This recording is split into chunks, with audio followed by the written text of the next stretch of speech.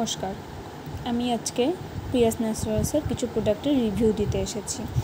প্রথমেই বলি এই উপটান পাউডারের কথা। এটা আমি নভেম্বর মাস থেকে ইউজ করছি। আমার অয়েলি স্কিন, পিম্পলসের প্রবলেম ছিল।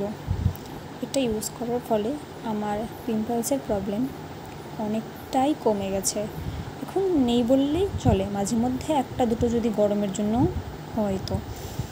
এছাড়াও আমি নিম তুলসী সোপ ইউজ করি, এই cucumber toner, sunscreen lotion, aloe cucumber gel, আর এই স্যাফরন গ্লো ক্রিমটা এখন যেহেতু আমার অয়েলি স্কিন গরমের সময়, তো তাই জন্য এটা আমার মা ইউজ করে, আমার মায়ের ড্রাই স্কিন।